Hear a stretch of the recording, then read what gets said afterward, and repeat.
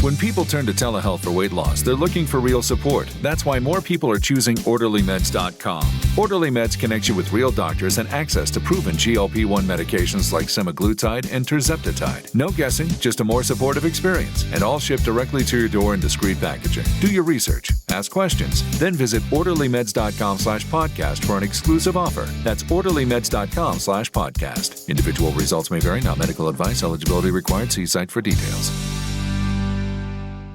We have the tech to get food delivered in 15 minutes, but we all have horror stories about buying tickets. The Game Time app gives fans the advantage. Get amazing tickets in just a few taps. Fees are included, so what you see is what you pay. And the Game Time guarantee means authentic tickets at the best price every time. Take the guesswork out of buying tickets to concerts, sports, comedy, and more with Game Time. Download the Game Time app and create an account for $20 off your first purchase. Terms apply.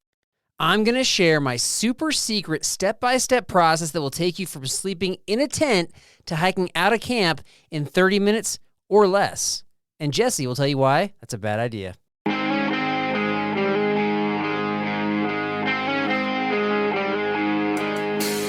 Welcome to the Backpacking Blisters podcast, brought to you by Enlightened Equipment, the company that can help you enjoy camp while you're there with their amazing Ultralight quilts. Check them out at enlightenedequipment.com. With me today is a man who's still sleeping in his tent as you hike by him on mile 5. Jesse Manti. What's going on, my friend? Oh, man, fantastic. Still snoozing, sleeping in my tent right now as we speak. It's beautiful. With me today is a man who loves breakfast so much that instead of having a burger pace at the end of a 2-day trip, he's got a pancake pace. Carl Mandrioli. The pancake pace, yeah. Yeah. That's actually not a bad idea. Going for some IHOP. Is like IHOP the like stereotypical American pancake place? Yeah, I think that. Or like Dunkin' Donuts. Do you have like a Dunkin' Donuts pace? Is that? Yeah, like that's more East Coast, okay. I think. All right, Jesse, what are you doing in the morning that takes you so stinking long to get out of camp? I'm relaxing. I'm enjoying myself. I'm having a fantastic morning. Okay. What are you doing that you are so in a rush, Carl, to leave the great outdoors and go back to your 9 to 5? That's what I want to know. I like that the word rush is used there. I don't think that I'm rushing. I'm just going at a very efficient pace, which I'll talk about. And I just want to, like, it's typically cold in the morning. I want to get warm. I don't want to sit around in the cold and just take it from the cold. I want to move my body. I have a solution for you, and I'm hopeful that I can win you over to the slow and easy morning go-in that I suggest. I bet your solution is good, but here's the other issue, is that I like to soak it in and enjoy it and have earned whatever it is that I'm enjoying. So if you're just like, I'm just going to kick back and relax in the morning, I haven't done anything yet to earn that. Like, I want to earn that at the end of the day. Yeah, you are sleeping in the backcountry. You have woken up in the backcountry. You did all the work the day before to get to where you are. Like, what are you talking about? It's day by day, like start a new clock on the day, my friend. Oh man. Nope. Okay, fair point. So we got that. We're going to talk about Jesse's version of waking up and my version, which is get out of camp fast and get on the trail. So, and then we also, something that came up in a previous episode was Jesse mentioned that he thought Outdoor Vitals was a premium brand, and I thought it was more of like a mid-level brand. And we talked about how, like, we might revisit that. We're revisiting that in this episode. Bring it on. Yeah, so we got that in the tidbit section.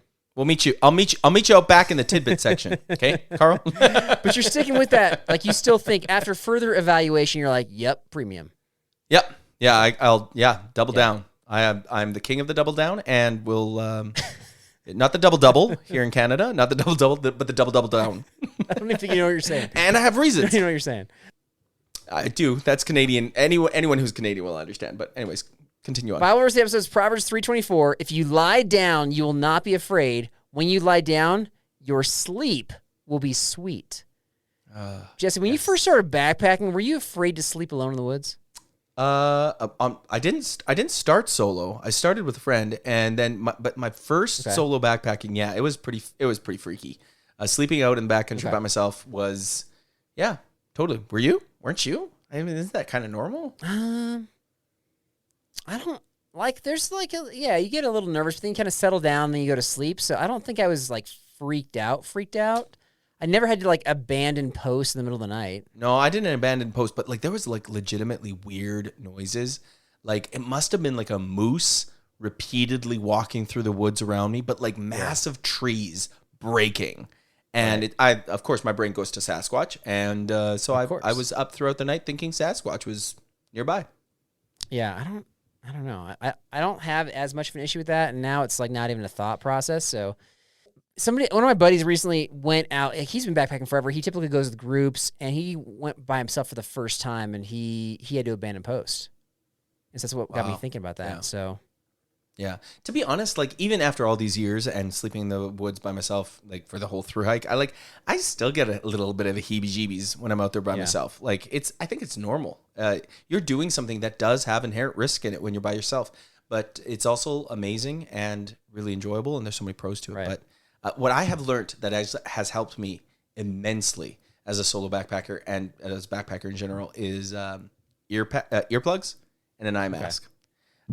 If I can sleep in a little bit later, that's what you're doing. Sure That's what you're doing at camp. That is what I'm doing at camp. And earplugs help get rid of all those weird sounds that you hear in the middle of the night, and you just sleep through it because they're all harmless, mostly. Hopefully. Except for the one time. Except for 99.9% of the time they're harmless unless you're dead.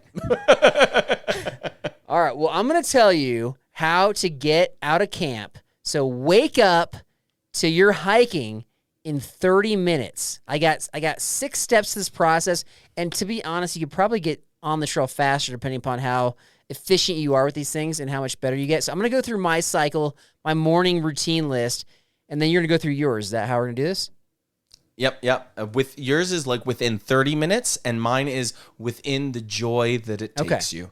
Within the joy that it takes you in 12 steps. And so we're probably going to have Team Jesse, Team Carl on this one.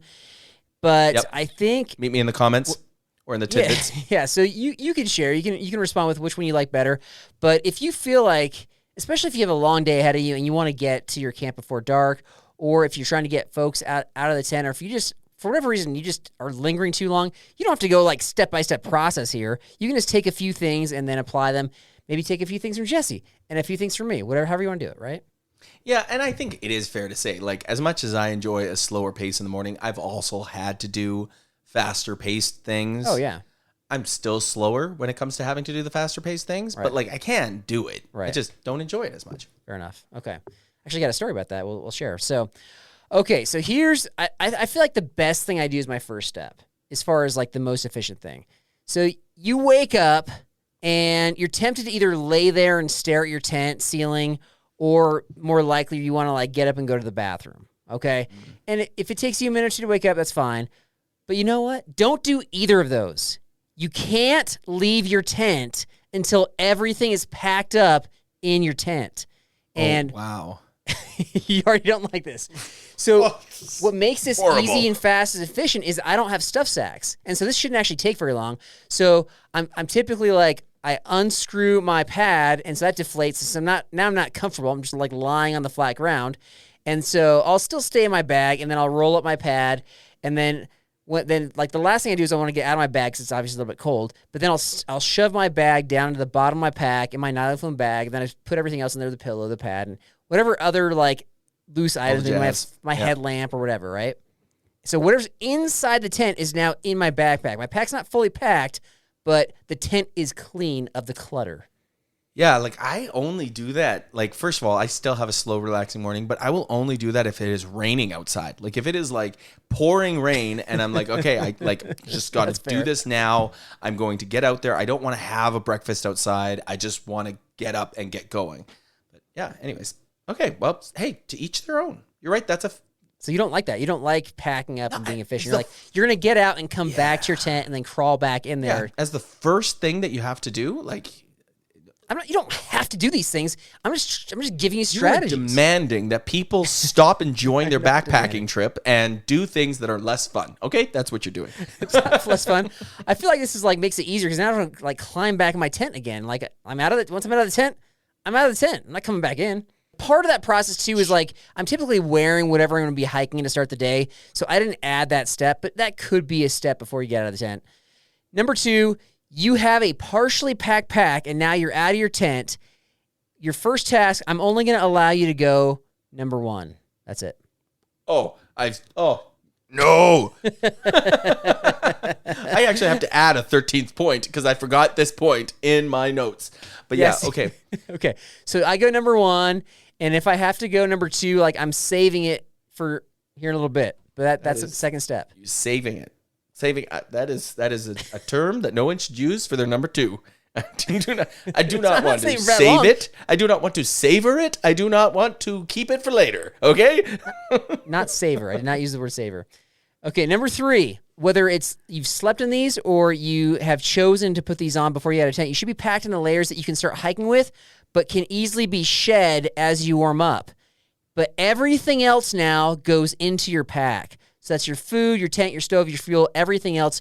It's time to pack that stuff up. So now, once that stuff goes in your pack, now you're fully packed, even if you have a little bit of excess clothing on. Yeah. No, that checks out to most. Like, that's pretty similar to where I would be at this stage. I just have more stages that you've missed. I'm not done, man. I got 3 more steps. I know, but you've missed essential fun stages before this point, is all I'm saying. Well, maybe. In my Depends on opinion. your perspective. As you're doing this, you're putting your snacks in convenient grab spots. You're not going to suffer through an oatmeal or some sort of weird extra heavy breakfast. You're going to have some snacks, some bars, whatever, and you're going to put those in your like hip belt pockets or someplace that's easy to grab so that you can have your breakfast on the go and enjoy that while you're hiking. Yep, sort of. Yeah, no response, because you want to say breakfast, don't you? You want to say breakfast. Exactly. Yeah, have breakfast. That's what I want to say. I love breakfast so much that even when I am in a rush, I will make my breakfast, put it in the bag, and start hiking with my breakfast. Okay, that's so good. If I am really actually in a rush. I'm not, and again, this is just me being efficient. I'm not actually physically rushing. I'm not like frantically moving around camp. Efficient. I'm Rushed. not like, gotta get this, Same thing. gotta get. I'm just like efficiently moving incrementally through this process. You're the guy who like comes into the camps that kids sleep in with the pots and pans and bangs them to wake the kids and the No, I got a campers up better to answer say, than that. "Come on, let's get going." I got better than that. Yeah. Oh, Yeah, I'll save that for later. But Okay. okay, number 5. At this point, if you need to fill up your water, I typically have my water filter on like an exterior pocket, so I'll do that. Better is if you planned ahead and have water leftovers from the night before, and you got your water for the day. Yep. Yeah. All there for you. Yeah. Yeah. I like this point. Okay. It goes with mine really well later on too. All right. So now, at this point, for me, I'm probably about 20 minutes into the process, maybe a little bit less, and now I'm waiting for folks. Yeah. Lots of fun. So here's what you can do in the waiting process. Here's some options. You can just you can start to snack on something, so you can kind of have your breakfast at that point. At this point, if you're somebody who has like a morning number 2, I usually go like sometime during the day, but if you have morning number 2, you can do that. You can double check your navigation. More likely, if you are the first one up and you're motivated, ready to go, you're going to have to help others get up and pack up. And then worst case scenario is like you're 20 minutes in, you're ready to go, and now you've got to wake up others. But that's what the last 10 minutes are for. I feel like what you most likely do is like stand there nagging and judging and critiquing other people and grading them. You're just like walking through camp being like B-, D+, D-. You're not moving fast enough. Come on, you guys, a little faster, because you're not having fun. I think that's really what I'm doing is I'm typically standing around waiting. So what's the point, Carl, of being efficient? Yeah. If you're still ending up waiting. Well, I have an answer for that. I'm going to save that one for the end, but I have an answer for that for how you can make it work the best for you. Now, it's not always perfect, but I've got a way around. I got a hack, if you will. Okay. All right. So that's my list, and boom, you're ready to go. You're hiking, and you got your snack, you got your water, you got bathroom taken care of. If you're hiking solo, you're ready to go. You're getting in some miles when it's nice and cool in the morning. Or if you want to listen to Jesse, like at this point, you've been lounging for hours, right? I do want to say, like, as much as I was teasing you in this last section of saying these are horrible suggestions, and I think most of them are, I do want to say I do appreciate and recognize that there are trips that need a faster pace, and there are trips that can enjoy a slower pace. And I prefer the trips and the times that I can enjoy a slower pace. So these are the things that I do to enjoy a slower morning. Okay. And Carl, you can tell me what you think. So first of all, I agree with you, and I've added 2 extra points to mine by listening Didn't to you have yours. like 12 points to start I had with? 12 to start. Now I have 14. Oh my 14. gosh. And the first one is, you're right, you should start the night before. You need to get your water and everything set up. So one of my suggestions, this will come into the next step, is that you actually get your pot and a sealed package of instant coffee and put it in your pot and put your stove right there and your water, everything that you need for the morning. So then you're going to wake up. Your alarm's going to go off at a reasonable time. 7:30 at the earliest, preferably 8:30 if you're doing a later day, okay? Oh my gosh. Nothing earlier than 7:30, unless it is extenuating circumstances, okay? You're going to do what every normal human being does, whether they want to admit it or not. You're going to press snooze, okay? Everyone snoozes their alarm. You snooze it at home, you might as well snooze it in the backcountry. As you snooze, you're going to turn over. You're going to turn on your stove. You're going to put your water in your pot, and you're going to start boiling a nice cup of coffee. Right. At the temperature that you want it at, because it's right there, it's close by, it's nearby. You're still all cozied up in your, I'm just like comfortable just thinking about cozied up in your quilt or your sleeping bag. You have to have a vestibule for this, and the vestibule has to be big enough. And obviously, people, I'm not giving a professional advice. Don't say that you should actually do this. Do make your own wise choices. Don't sue me. That's all I want to say. Hey, please, don't sue me or Carl for this matter. Speaking like salesperson who's like, exactly. Yeah. Backpacking is done at your own risk. Do not take this. This is purely entertainment. Do not take this as legal advice. correct. Anyways, so as you're cooking, you make your coffee. You slowly drink your coffee in bed. Maybe you have some moments you have devotion. I love to have devotion, maybe do a little bit of journaling. If you don't like doing that, you can look at your maps for the day and get your navigation ready as you're sipping your hot cup of coffee in your tent. Okay. Now, at this point, Wait, sorry, you Carl. gotta let me react. I know. Sorry. Okay. So the first like 4 steps are just about coffee. What do you say? Okay, so I'm with you, and I get that I'm in the minority because I'm not a coffee person, so I totally get that.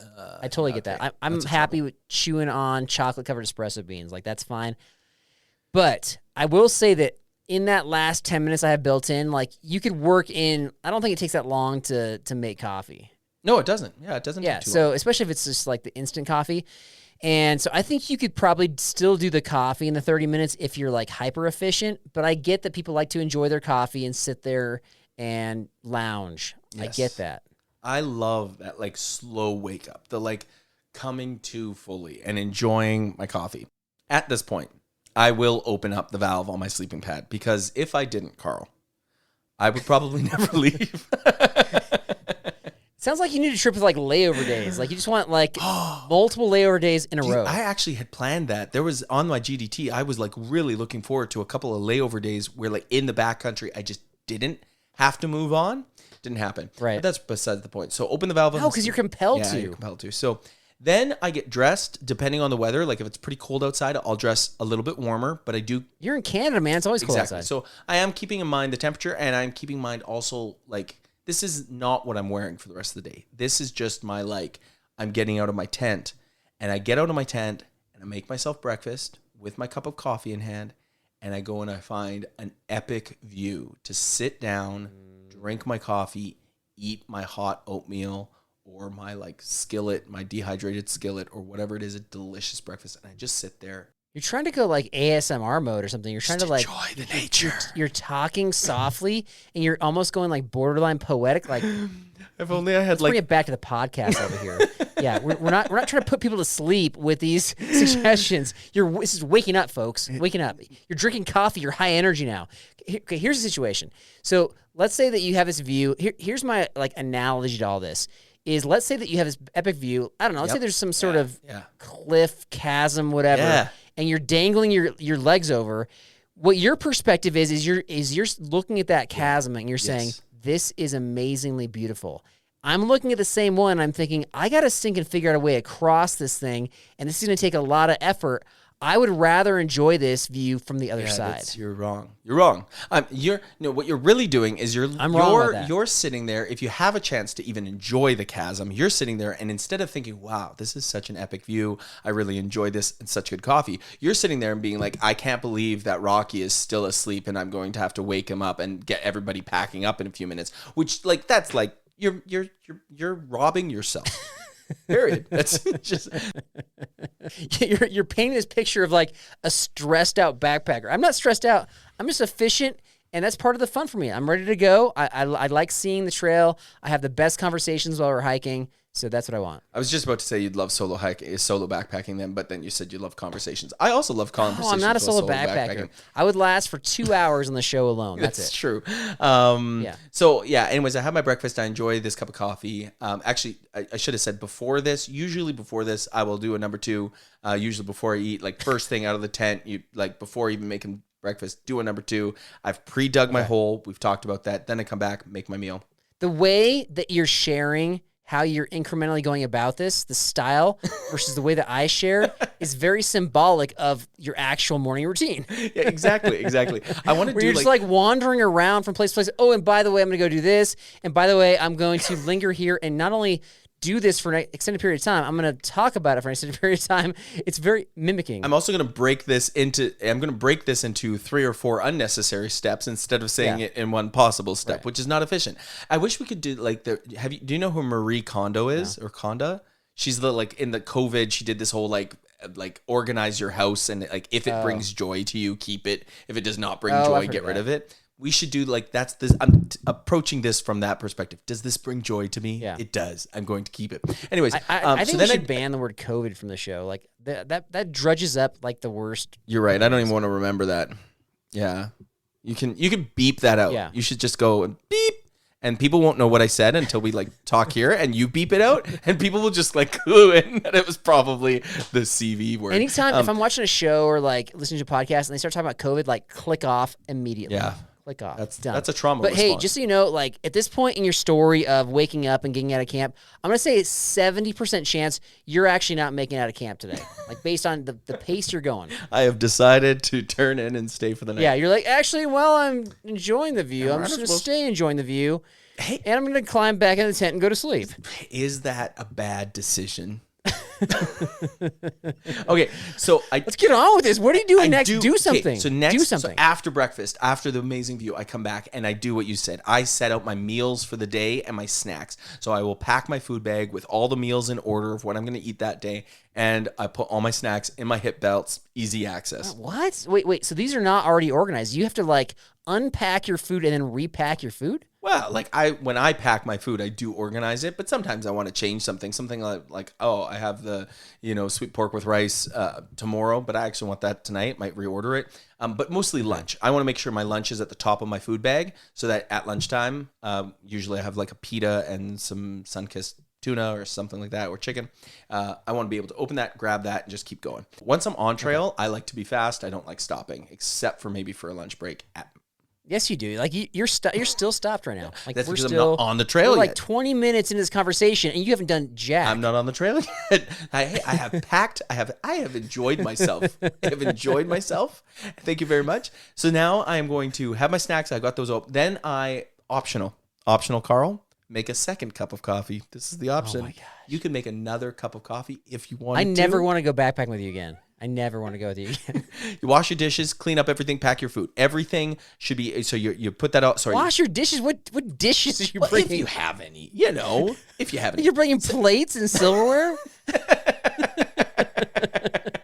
just set out with a napkin. I'm sitting there like tucking a napkin and sit there with my eating my porridge with fork and knife. You're losing so much credibility with this discussion right here. Okay, so then I go back to my tent. I get into, this is step number 12. I get dressed for the day. I put on what I am wearing. I have no extra attire on unless it's like raining and I need extra attire.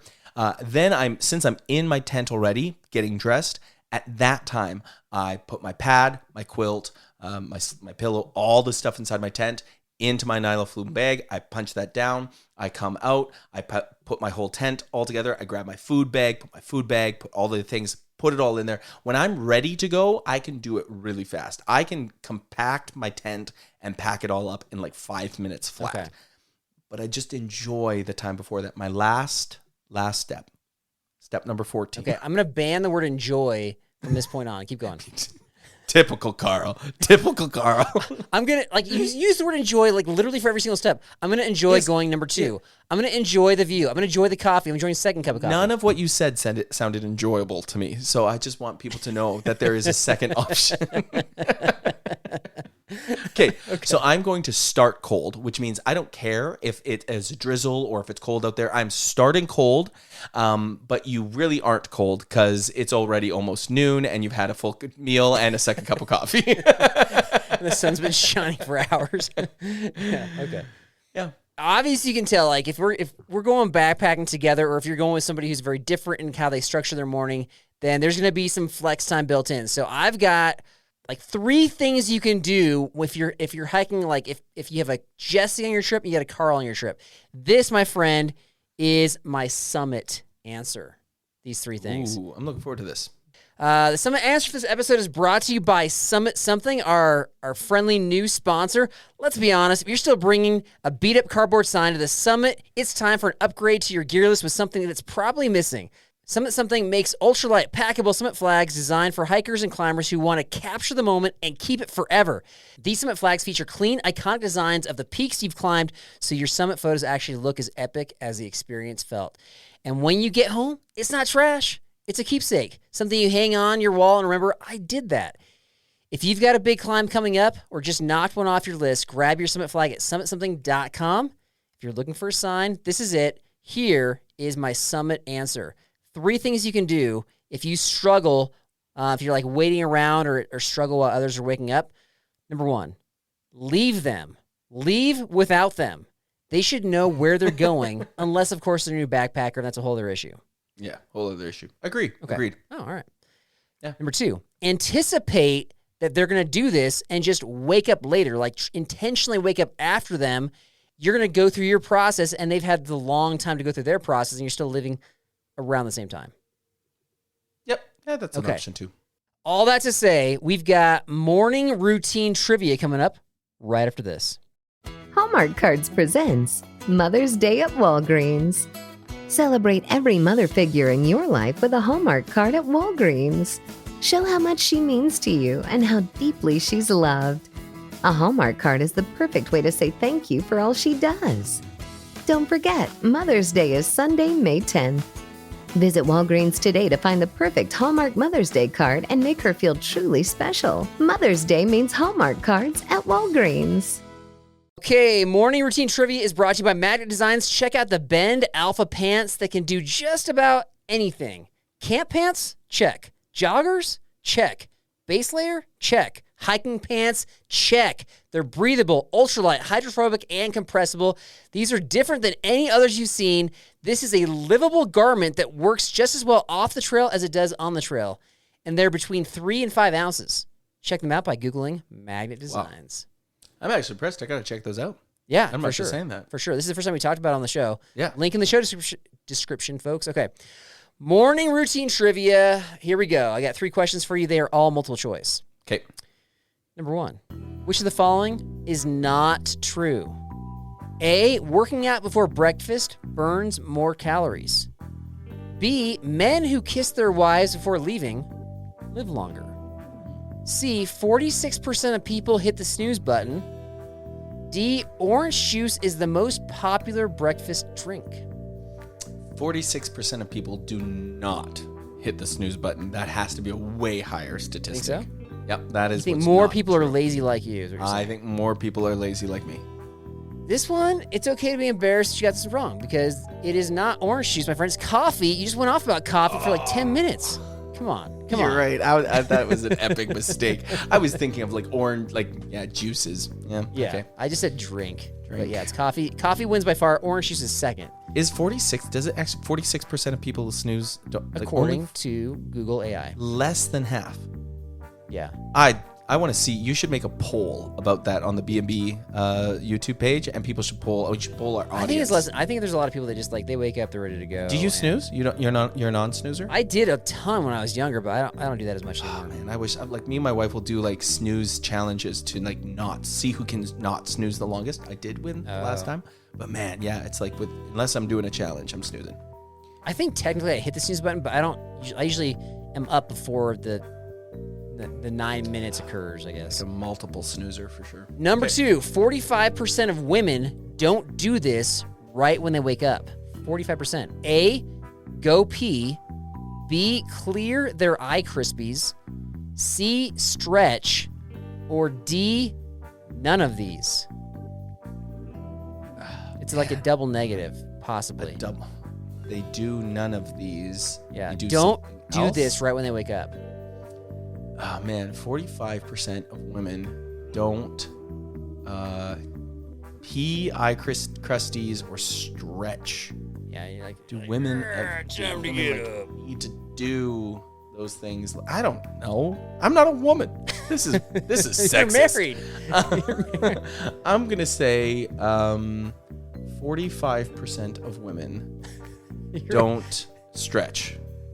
It is none of these. They do all these things. Everybody does all these things. That's Oh women. man. Yeah, come on. Okay. Come on. That was All right, you've already lost. This is your first trivia loss. This is embarrassing. Yeah, well, it's embarrassing questions, Carl. Number 3, most people prefer A, a consistent morning routine, B, an hour before leaving for work, C, cold brew coffee for breakfast. A consistent morning routine. Thank you.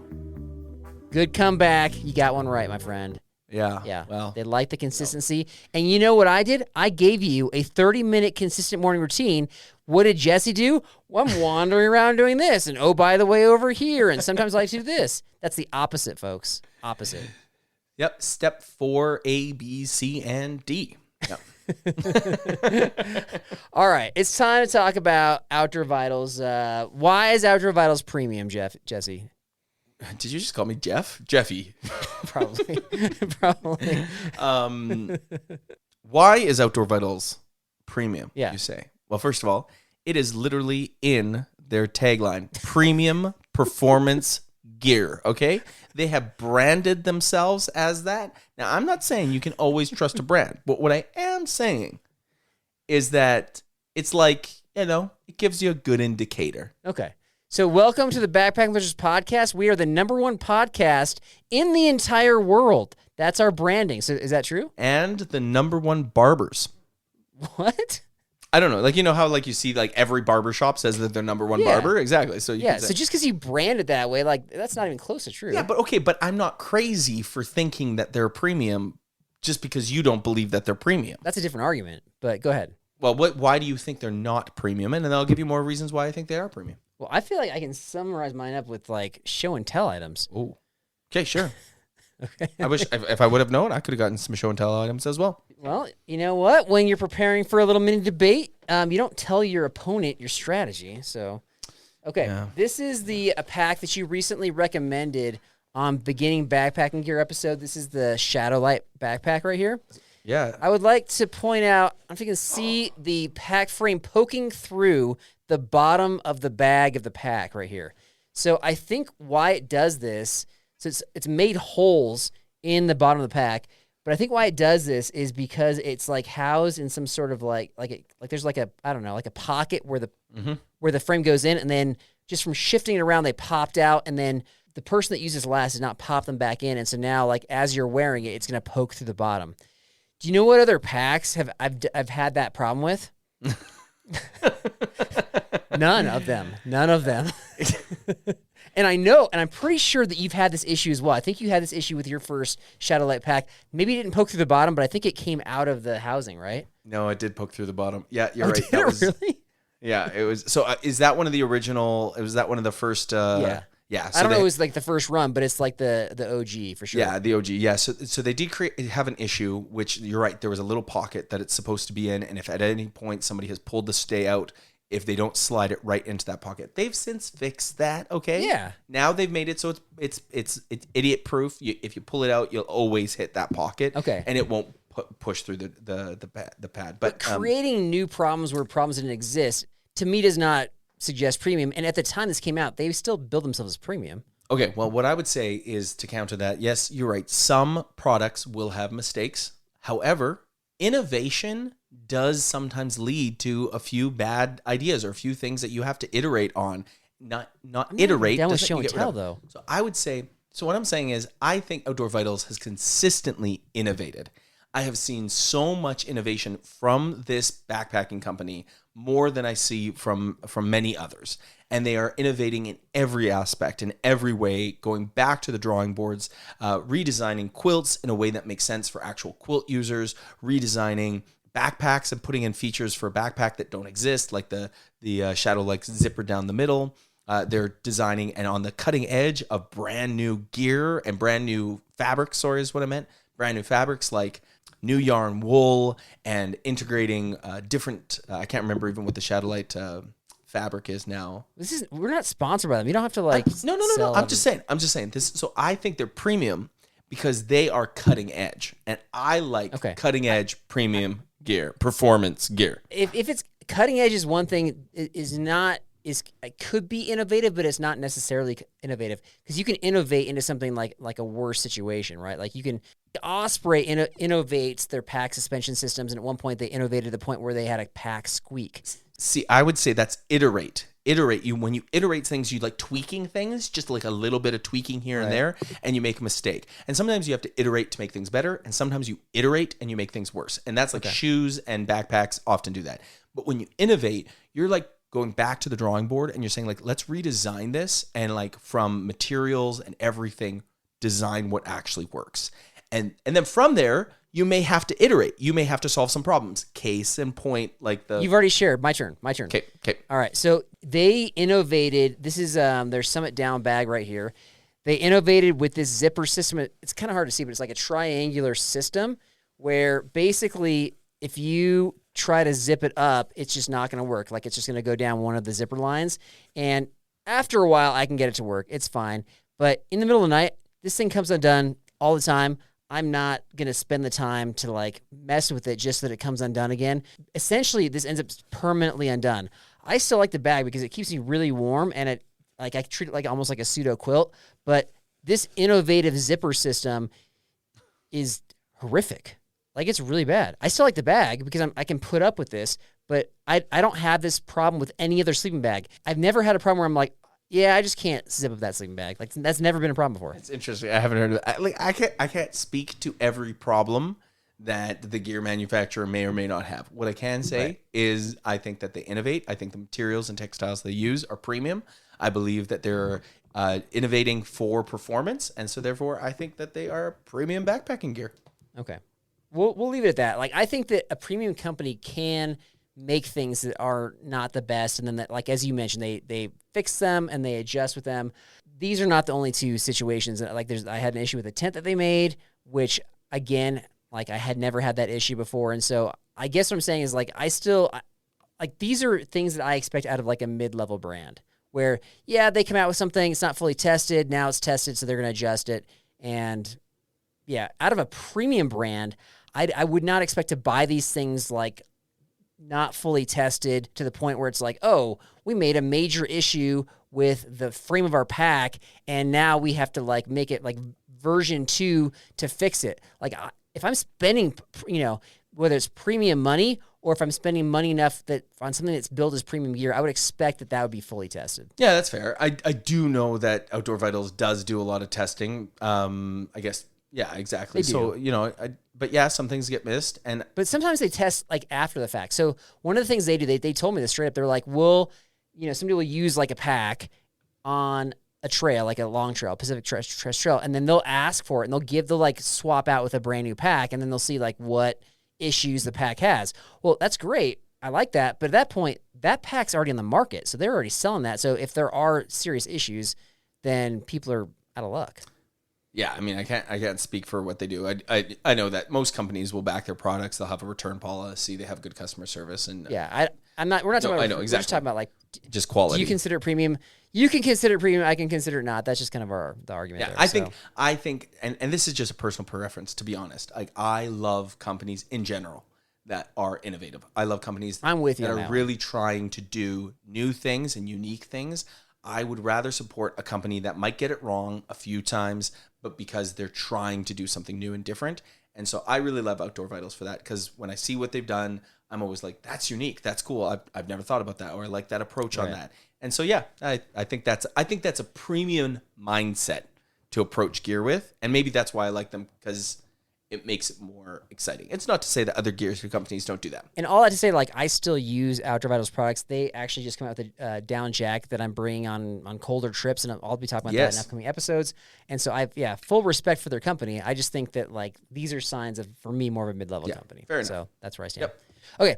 Other tidbits I got is, let's see here. We got, you know what? We haven't talked about Patreon in a while. We put out a bonus episode earlier this month it was kind of a weird bonus episode. Derek and I got a chance to guest host on another podcast called the Adventure Sports Podcast. And so we did a couple episodes there. And one of these we put on our Patreon episode, and it's not going to be released in our kind of regular catalogs. If you want to check that one out, you can check it out either way, I guess, at Adventure Sports or Patreon. But we got a whole bunch of other bonus episodes on there.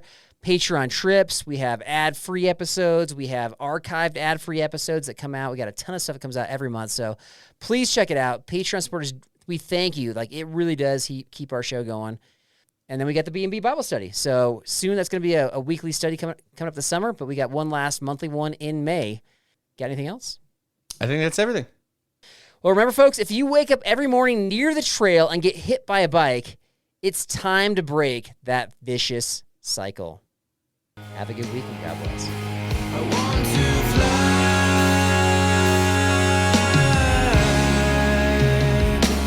around the world. B&B, hope everybody's well. I can tell you somebody who's well, and that is Jennifer. She is well. She, still goes through those roller coaster emotions for sure. And I'm starting to see the patterns with them, so I can kind of anticipate them a little bit better now. But at the start, when she was having all these emotions as a result of the stroke and everything, that I had a lot of questions.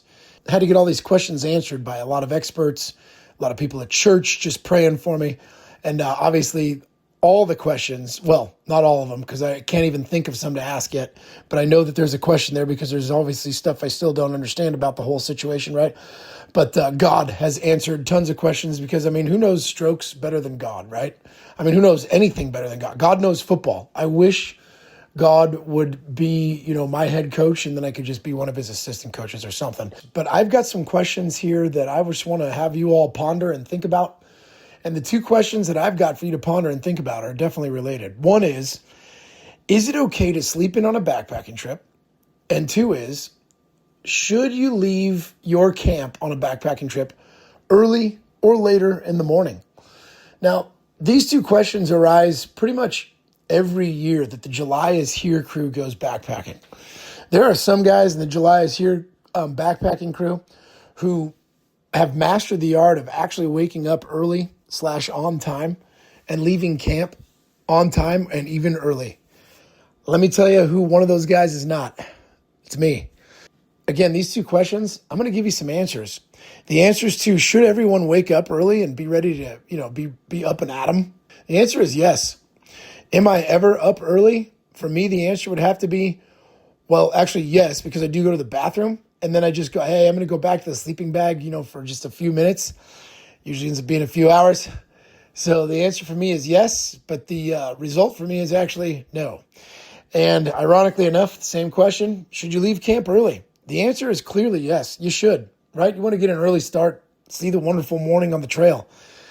Do I ever leave camp early? No. If there's 7 people out of 7 on our backpacking trips, guess who's number 7? That would be me.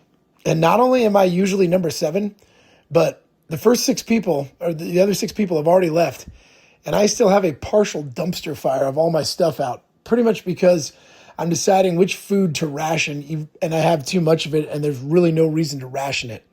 So think about these questions yourselves. Should you leave camp early? And should you wake up early? The answers to both are yes, but what's the actual result for you? If you're a no, I'm giving you a fist bump through my recording phone right now. God bless you. If you like the show, please take a moment to rate, review, and subscribe. It really does help the show to grow. Thank you for listening.